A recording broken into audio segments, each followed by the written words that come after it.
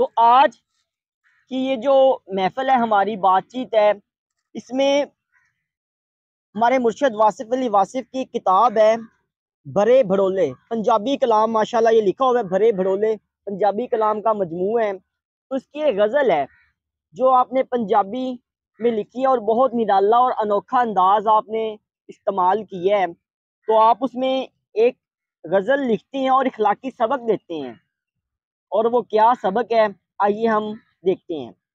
आप लिखते हैं, सस्सी कूके तत्ते थल सोनिया रब्बा पुन्नू घल। सस्सी कूके तत्ते थल सोनिया रब्बा पुन्नू घल। परदेसां दे खेड़े छड्डो वल लाओ हुण वतना वल। परदेसां दे खेड़े छड्डो वल लाओ हुण वतना वल। जांदे जांदे अग्गा ला गया कन विच कह गया वड्डी गल। शहर दे दीवे सारे बुझ गए, शहर दे दीवे सारे बुझ गए। चल हुण गुरु दोबारा मल। नवी बहार ने रंग विखाया, नवी बहार ने रंग विखाया।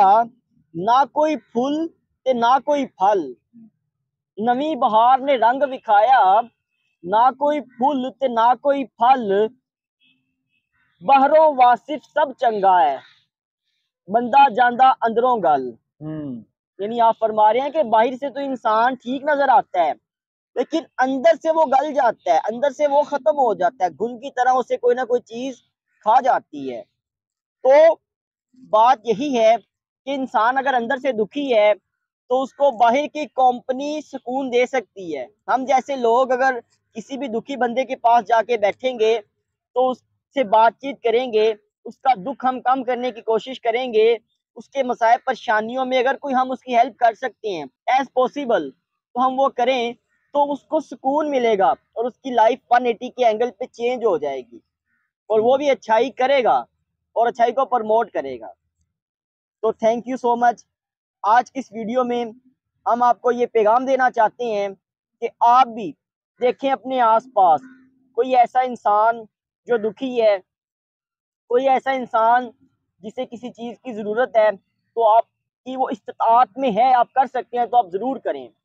इसके अलावा बेशुमार ऐसे लोग हैं जिनके पास पैसा बहुत है, जिनके पास दौलत बहुत है, इवन उनके पास शोहरत फेम है, गाड़ी कोठी बंगला सब कुछ है, ये भी हैं, लेकिन बात क्या है कि उनके पास सर सुकून नहीं है, उनके पास इत्मीनान नहीं है, उनके पास राहत नहीं है।